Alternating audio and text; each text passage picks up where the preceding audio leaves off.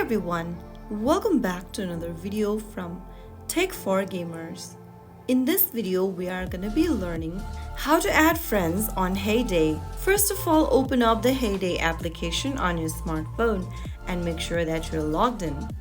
From the home page, go ahead and tap on the friends icon at the bottom right corner and then click on the book icon in the pop-up menu.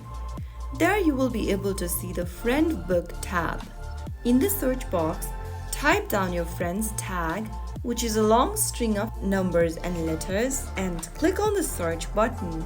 After searching for the contact, they will be displayed in the search result. If your tag matches with your friend, you can then add them as your friend. Once they accept your friend request, they will be inside this friend list. In Heyday, you can have up to 250 in-game friends, but you can follow unlimited players. Once added a friend, you can visit their farm, buy items from their roadside shop, help with boat and truck orders, revive their trees and bushes, and so on. And that's how you will be able to add friends in Heyday.